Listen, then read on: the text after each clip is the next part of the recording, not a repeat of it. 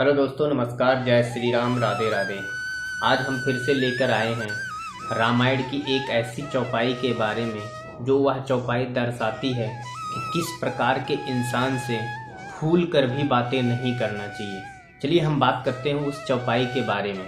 ममता रति सन ज्ञान कहानी, अति लोभी सन बीरत बखानी।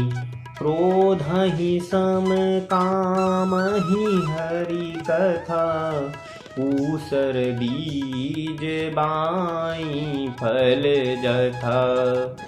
प्रभु श्री राम जी कहते हैं, ममता में फंसे हुए व्यक्ति से कभी भी ज्ञान की बातें नहीं करना चाहिए।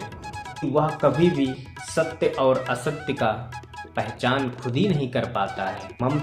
ममता के कारण वह खुद का और दूसरों का खुद ही नुकसान कर बैठता है। इसीलिए कभी भी ममता में फंसे हुए व्यक्ति से ज्ञान की बातें नहीं करना चाहिए। और इसी प्रकार से लोभी व्यक्ति से कभी भी त्याग और वैराग्य के समक्ष कभी भी बातें नहीं रखना चाहिए, क्योंकि वह लोभ में और प्रलोभन में इतना फंसा हुआ है, इतना लिप्त है कि उसे वैराग से संबंधित बातें उसे नहीं समझ में आती। इसी तरह जिस तरह आवेश में क्रोध वाला व्यक्ति आवेश में इतना लिप्त रहता है, उसे कभी भी शांति की बातें उसे प्रेम से समझ में नहीं आती हैं। इसीलिए क्रोध में फंसा हुआ व्यक्ति से कभी भी शांति से संबंधित बातें नहीं करना चाहिए, क्योंकि वो क्रोध में इतना लिप्त है कि उसे शांति से संबंधित बातें समझ में ही नहीं आएगी।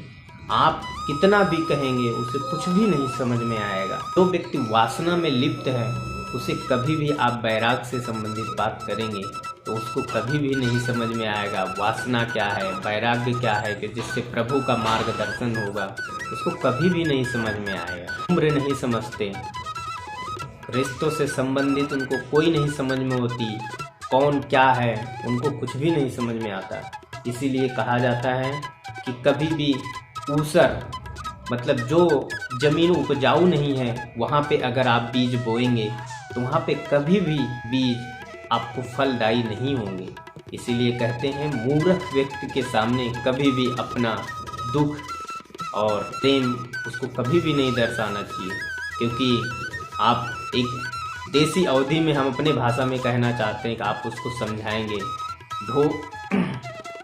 भैंसी का आगे बेन बजावे भैंस खड़ी पगुराए। आप उसके मूर्ख व्यक्ति के सामने अपना परिचय देना चाहेंगे सभ्यता पूर्वक, तो उसको नहीं समझ में आएगी। इसीलिए हम कहते हैं कि मूर्ख व्यक्ति के सामने कभी भी आप ऐसे पेश ना आए।